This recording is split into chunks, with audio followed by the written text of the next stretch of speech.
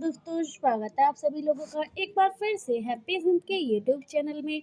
दोस्तों, अगर आप अपनी लाइफ में कुछ नया सीखना चाहते हैं तो चैनल को सब्सक्राइब करिएगा, बेल आइकन को जरूर दबाइएगा। दोस्तों, अगर आप माता रानी से प्रेम करते हैं तो कमेंट बॉक्स में लिख देना जय माता दी। जय माता रानी आपकी सभी कष्ट समाप्त करेंगी, आपकी झोली खुशियों से सदैव भरी रहेगी। दोस्तों, इस वर्ष शारदीय नवरात्रि चल रहा है।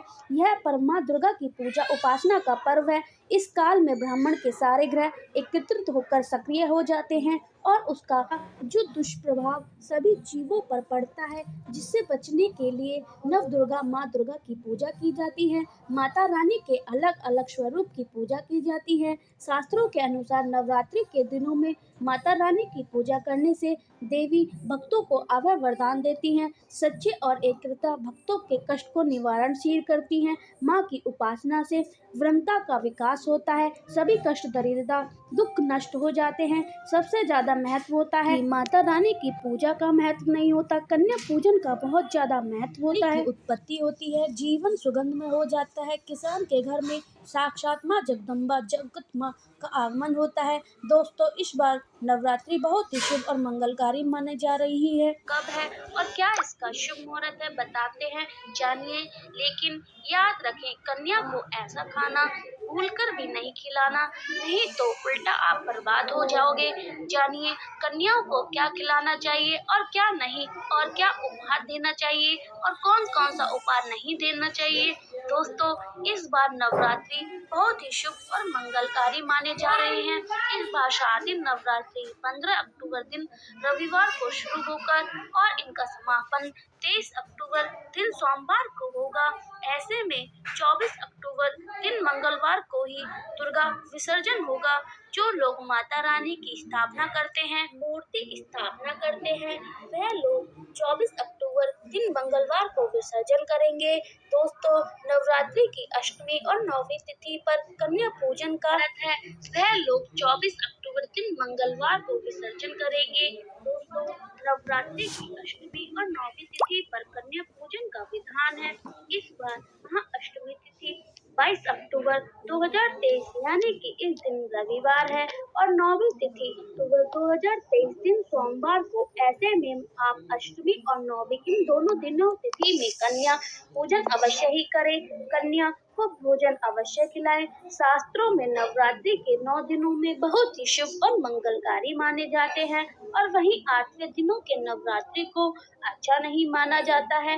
ऐसे में आप 10 दिनों के नवरात्रि को बहुत ही शुभ माने जाते हैं। शास्त्रों के अनुसार माता रानी का पूजन करने से, कन्या पूजन करने से मन में अभाव वरदान प्रदान करती हैं। कुंडली में जो कष्ट है वह ठीक कर देती हैं। इस तरह ही सच्चे हृदय वाले व्यक्ति के सभी काश का निवारण भी शीघ्र ही करती हैं। माँ की उपासना से ब्रह्मता का विकास होता है, सभी कष्ट दरिद्रता दुख कष्ट नष्ट हो जाते हैं। नवरात्रि में माता रानी का व्रत और पूजन किया जाता है, लेकिन नवरात्रि के दौरान सबसे ज्यादा महत्व कन्या पूजन का होता है। दोस्तों, कन्या रानी जो होती हैं फूलों के पंखुड़ियों की तरह नाजुक होती हैं। कन्या पूजन सर्वोपरि और श्रेष्ठ है। कन्या के रूप में स्वयं जगदम्बा देवी, माता वैष्णो, 9 देवी अर्थात समस्त ब्रह्मांड उनके शरीर के कण कण में बात करती हैं। बहुत कम लोग जानते हैं 33 कोटि देवी देवता का विकास होता है कन्या के मस्तक पर।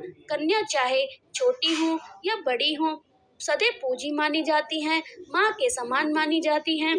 छोटी छोटी कन्याओं को माता रानी का स्वरूप माना जाता है। कन्याओं को भोग लगाया जाता है और उन्हें प्रसन्न किया जाता है और बदले में आशीर्वाद मांगा जाता है। कन्याओं को प्रसन्न करने के लिए गिफ्ट आदि उपहार वगैरह दिए जाते हैं।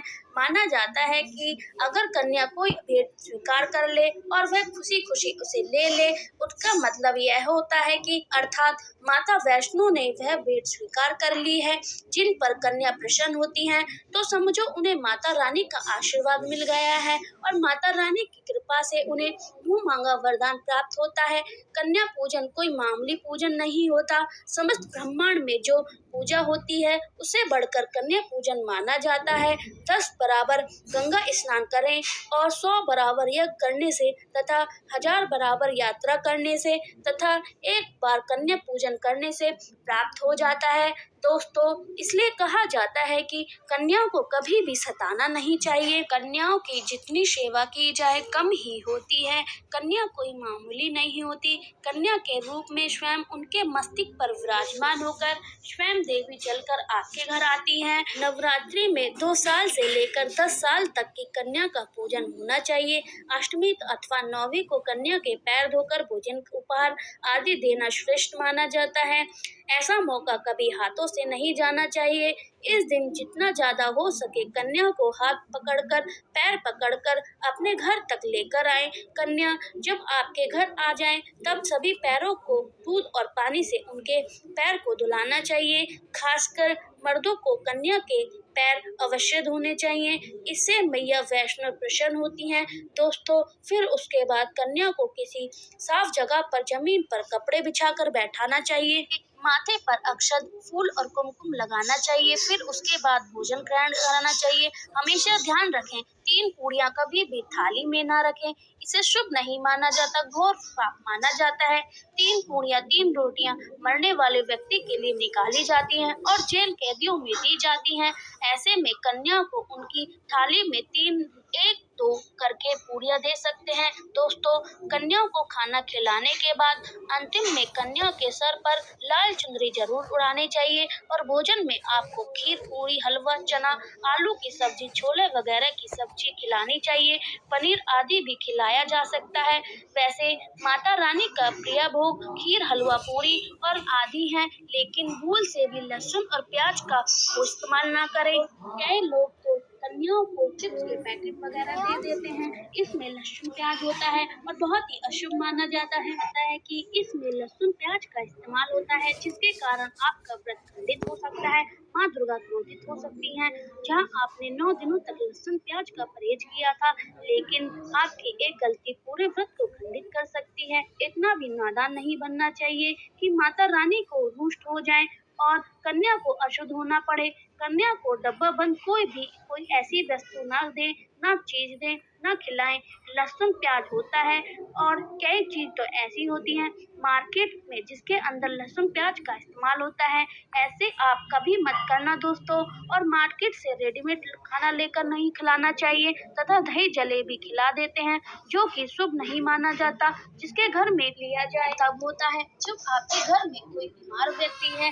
लेकिन अगर आप स्वस्थ हैं तो आपको कोई पीड़ा नहीं है, तो ऐसा भूल कर भी आपको नहीं करना चाहिए। माता रानी को दही जलेबी नहीं बल्कि आपके हाथों का बना भोजन खाना चाहती हैं, आपका प्यार चाहती हैं। फिर चाहे आपके घर में एक ही पूरी क्यों ना बनी हो माता के लिए, अगर आप स्वयं ही अपने हाथों से माता रानी को भोजन खिलाएंगे, देखिए भले ही आप दही जलेबी खिलाना सकते हैं, परंतु माता रानी को घर का बना स्वादिष्ट भोजन ही अति प्रिय है। खासकर नवरात्रि के दौरान घर में पका भोजन अवश्य ही बनना चाहिए।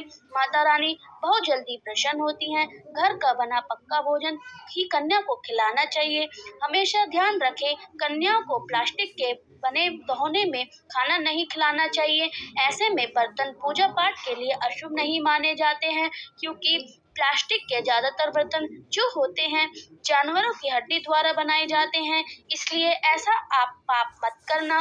कन्या को हमेशा स्टील के बर्तन या पत्तों से बने बर्तन में ही भोजन खिलाना चाहिए, बहुत ही शुभ माना जाता है। तो अगर आप भी पेड़ के पत्ते के बने बर्तनों में खाना खिलाते हैं, बहुत ही शुभ माना जाता है। माता रानी अभय वरदान प्रदान करती हैं। दोस्तों, एक बात हम आपको बताने वाले हैं कि यदि नवरात्रि समाप्त होने के बाद यदि बीच में कन्या पूजन शुक्रवार का दिन पड़ रहा जाए तो कन्याओं को कभी भी खट्टी चीज नहीं खिलानी चाहिए, क्योंकि शुक्रवार का दिन माता संतोषी को समर्पित होता है और माता संतोषी नवरात्रि के दिनों में सक्रिय अवस्था में होती हैं। तो भूलकर भी शुक्रवार के दिन अगर पड़ जाए तो खट्टी चीज घर में नहीं बनानी चाहिए और ना ही कन्या को खट्टी चीज खिलानी चाहिए। घोर पाप लगेगा और आपका किया कराया सब बर्बाद हो जाएगा।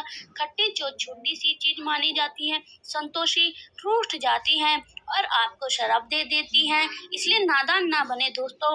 भोजन कराने के बाद आपको कन्या की थाली में एक या दो लौंग जरूर रखनी चाहिए, क्योंकि लौंग देवी शक्ति तथा दुर्गा को बहुत प्रिय है। लौंग माता का शक्ति का प्रतीक होती है। लौंग में नव दुर्गा का वास होता है। इन 9 दिनों में माता रानी को लौंग का भोग ही लगाया जाता है। तो खाने के बाद कन्याओं को थाली में लौंग अवश्य अर्पित करें। माता रानी को अमृत नहीं बढ़कर लौंग प्रिय लगती है, तो कन्याओं को कुछ दक्षिणा जरूर दे। माता लक्ष्मी आपके जीवन में धन की कोई भी कमी नहीं होने देंगी। दोस्तों, आपको बता दें, कन्या को उपहार में क्या, कन्या को खुश करने के लिए उनकी थाली में दक्षिणा तथा धन की कोई भी कमी ना हो।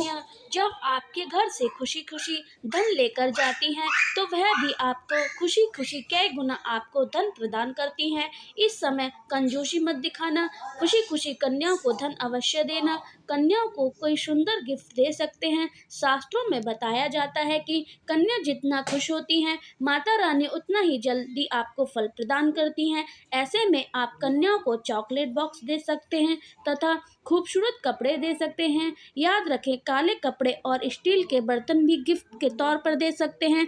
यदि घर याद रहे कि कन्या को लोहे का भी कोई भी सामान नहीं देना चाहिए, तो राहु दोष का प्रभाव आपके जीवन में प्रवेश कर जाएगा। राहु दोष आपको लग जाएगा, आप बर्बाद हो सकते हैं। दोस्तों, जब आप कन्या अपने घर से प्रस्थान करें, तो उनके चरण जरूर झूलें और अपने मन में प्रार्थना को पूरा करने से सच्चे दिल से मांगे। हुई मुराद माता रानी अवश्य ही पूरी करती हैं। सच्चे दिल से मांगे। लालच माता को पाने के लिए बन जाए तो उसे बोलते हैं सच्ची श्रद्धा और सच्ची भक्ति। ऐसी भक्ति के आगे स्वयं को 33 करोड़ देवी देवता आपको नमस्कार करते हैं। दोस्तों, नवरात्रि के दिनों में अगर मिल जाए आपको यह संकेत, सो समझ जाए माँ दुर्गा आपके घर आ चुकी हैं और यह संकेत बताते हैं कि माँ का दुर्गा का आशीर्वाद प्राप्त होने वाला है। तो शुरू करते हैं दोस्तों। पहला संकेत, जब आपका कलश स्थापित करते हैं तो जोर से निकली हरियाली बहुत ही शुभ मानी जाती है। कहा जाता है, जों से निकली हुई हरियाली हमारे भाग्य में होने वाले अच्छे और बुरे होने का संकेत देती है। यह सभी बातें हमारे आने वाले साल का भविष्य बताएंगे। आपने जो बोए हैं वे किसी कारणवश नहीं हो पाए हैं, तो यह संकेत बताते हैं मनुष्य माना जाता है।